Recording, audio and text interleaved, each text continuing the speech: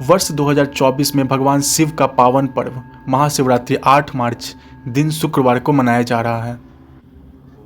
शिवरात्रि का अर्थ है भगवान शिव की महत्वपूर्ण रात्रि। शिव का अर्थ होता है कल्याण, इसलिए इसे कल्याण करने वाली रात्रि भी कहते हैं। स्कंद पुराण खंड 1 तीर्थ महात्म्य 266.9 अनुसार माघ महीने के कृष्ण पक्ष की चतुर्दशी की रात्रि को ही शिवरात्रि कहा जाता है। वैसे तो भोले शंकर की पूजा करने के लिए हर दिन शुभ होता है, लेकिन शिवरात्रि और महाशिवरात्रि का अलग ही महत्व होता है। भगवान शिव के भक्तों के लिए शिवरात्रि और महाशिवरात्रि का दिन काफ़ी खास होता है। ऐसे में चलिए जानते हैं शिवरात्रि और महाशिवरात्रि में क्या अंतर है। शिवरात्रि, कई लोग महाशिवरात्रि को ही शिवरात्रि भी बोलते हैं, लेकिन ऐसा नहीं है। ये दोनों ही पर्व अलग अलग हैं। शिवरात्रि हर महीने की कृष्ण पक्ष की चतुर्दशी तिथि पर आती है। महाशिवरात्रि साल भर में एक ही बार मनाई जाती है। फागुन माह में कृष्ण पक्ष की चतुर्दशी को भगवान शिव और माता पार्वती का विवाह हुआ था, इसलिए इस पर्व को शिव और पार्वती के विवाह के उपलक्ष्य में मनाया जाता है। यानी महाशिवरात्रि साल में एक बार, तो वही शिवरात्रि हर महीने मनाई जाती है। धार्मिक दृष्टि से सत्य ही शिव है और शिव ही सुंदर है, तभी तो भोलेनाथ अर्थात आशुतोष को सत्यम शिवम सुंदरम कहा जाता है। महाशिवरात्रि के ही दिन भगवान भोलेनाथ और माता पार्वती का विवाह हुआ था। आज के दिन शिव भक्त व्रत रखते हैं और भगवान शिव की पूजा अर्चना करते हैं। महाशिवरात्रि के दिन पूरी श्रद्धा के साथ माता पार्वती और शिव जी की पूजा उपासना करने वाले भक्तों पर भगवान भोलेनाथ जल्द ही प्रसन्न होते हैं। हिंदू धर्म शास्त्रों में प्रदोष काल यानी सूर्य अस्त होने के बाद और रात्रि होने के मध्य की अवधि, मतलब सूर्यास्त होने के लगभग 2 घंटे 24 मिनट की अवधि को प्रदोष काल कहा जाता है और इसी समय भगवान आशुतोष प्रसन्न मुद्रा में नृत्य करते हैं। इस समय सभी के प्रिय भगवान शिव और माता पार्वती का विवाह हुआ था। यही वजह है कि प्रदोष काल में शिव जी की पूजा या शिवरात्रि में औघड़दानी भगवान शिव का जागरण करना विशेष कल्याणकारी कहा गया है। हमारे सनातन धर्म में 12 ज्योतिर्लिंग का वर्णन है। कहा जाता है कि प्रदोष काल में महाशिवरात्रि तिथि में ही सभी ज्योतिर्लिंग का प्रादुर्भाव हुआ था। हिंदू धर्म शास्त्रों में कहा गया है कि महाशिवरात्रि का व्रत करने वाले साधक को मोक्ष की प्राप्ति होती है। जगत में रहने वाले मनुष्य का कल्याण करने वाला व्रत है महाशिवरात्रि। इस व्रत को रखने से साधन के सभी दुखों पीड़ितों का अंत तो होता ही है, साथ ही मनोकामनाएं भी पूर्ण होती है। हिंदू पौराणिक ग्रंथों के अनुसार शिव एक शक्ति है, एक रहस्यमयी ऊर्जा जिससे संपूर्ण जगत चलायमान है। हालांकि वैज्ञानिक भी अभी तक इसे कोई नाम नहीं दे पाए हैं, लेकिन प्राचीन काल के संत मुनि ऋषियों की माने तो उन्होंने इस अज्ञात शक्ति को शिव कहा है। और वैज्ञानिक दृष्टि से देखा जाए तो महाशिवरात्रि की रात्रि बहुत खास होती है। मान्यता अनुसार इस रात्रि ग्रह का उत्तरी गोलार्ध इस प्रकार विद्यमान होता है कि हर मनुष्य के अंदर की ऊर्जा प्राकृतिक रूप से ऊपर की ओर जाने लगती है। अर्थात कहने का तात्पर्य यह है कि प्राकृतिक स्वयं ही मनुष्य को आध्यात्मिक शिखर तक जाने में मदद कर रही होती है। अतः महाशिवरात्रि के दिन भगवान शिव का पूजन आराधना करने के लिए मनुष्य को एकदम सीधे बैठना पड़ता है, जिससे रीढ़ की हड्डी मजबूत होती है तथा वह व्यक्ति जो सोचता है वो पा सकता है। यानी इस समयावधि में आप सुपर नेचर पावर का एहसास महसूस करते हैं।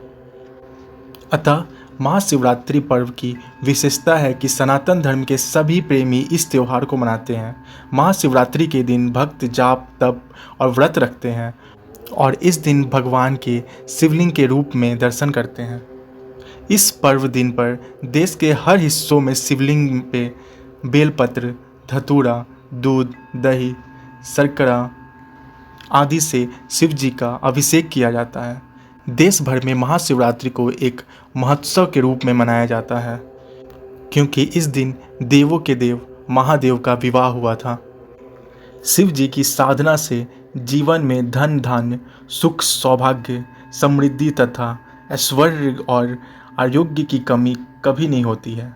महाशिवरात्रि के दिन भक्ति भाव से स्वयं एवं जगत के कल्याण के लिए भगवान भोलेनाथ की आराधना करनी चाहिए। अतः शिव ही वह ऊर्जा है जो हर जीव के अंदर मौजूद है और इसी ऊर्जा के कारण ही हम सभी दैनिक गतिविधियां कर पाते हैं। महाशिवरात्रि व्रत कथा।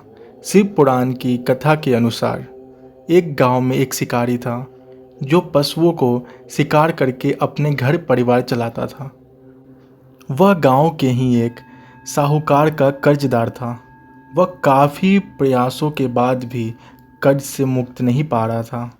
एक दिन क्रोधित होकर साहूकार ने उसे शिव मठ में बंदी बना लिया। इस दिन शिवरात्रि थी।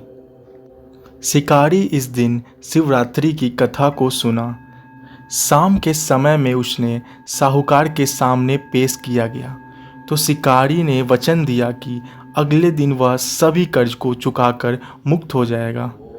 तब उसे साहूकार ने छोड़ दिया। शिकारी वहां से जंगल में गया और शिकार की तलाश करने लगा। वहां एक तालाब के किनारे पहुंचा। वहां पर वह एक बेल के पेड़ पर अपना ठिकाना बनाने लगा। इस पेड़ के नीचे एक शिवलिंग था जो बेल पत्रों से ढका हुआ था। उससे इस बात की जानकारी न थी। बेल वृक्ष की टहनियों को तोड़कर वह नीचे फेंकता गया और बेल पत्र उस शिवलिंग पर गिरता गया। वह भूख प्यास व्याकुल था। अनजाने में उससे शिव पूजा हो गई। दोपहर तक वह भूखा ही रहा। रात में एक गर्भवती हिरन तालाब में पानी पीने आई। तभी शिकारी उसे मारने के लिए धनुष बाण तैयार कर दिया। उस हिरन ने कहा कि वह बच्चे को जन्म देने वाली है। तुम एक साथ 2 हत्या न करो, बच्चे को जन्म देकर तुम्हारे पास आ जाऊंगी, तब तुम शिकार कर लेना। यह सुनकर शिकारी ने उसे जाने दिया। कुछ देर बाद एक और हिरन आई। शिकारी उसका शिकार करने को तैयार हो गया। तभी उस हिरन ने कहा कि वह अभी ऋतु से मुक्त हुई है। वह अपने पति की तलाश कर रही है क्योंकि वह काम के वशीभूत है। वह जल्द ही पति से मिलने के बाद शिकारी के लिए उपलब्ध हो जाएगी। शिकारी ने उसे भी छोड़ दिया। देर रात एक हिरन अपने बच्चों के साथ उस तालाब के पास आई।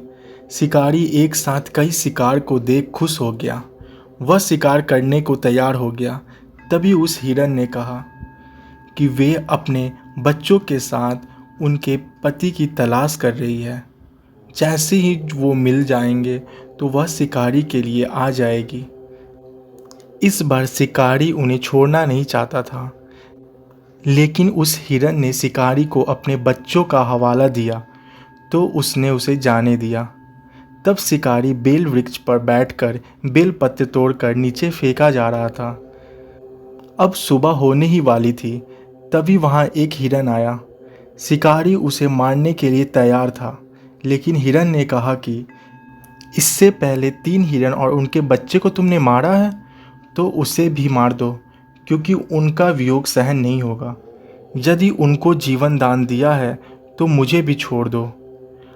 परिवार से मिलकर तुम्हारे समक्ष उपस्थित हो जाऊंगा। रात भर उपवास, रात्रि जागरण, अनजाने में बेलपत्र से शिव जी की पूजा के प्रभाव से शिकारी दयालु हो गया था। उसने हिरन को भी जाने दिया। उसके मन में भक्ति की भावना प्रकट हो गई और वह पुरानों कर्मों को सोचकर पश्चाताप करने लगा। तभी उसने देखा कि हिरन का पूरा परिवार शिकार के लिए उसके पास आ गया।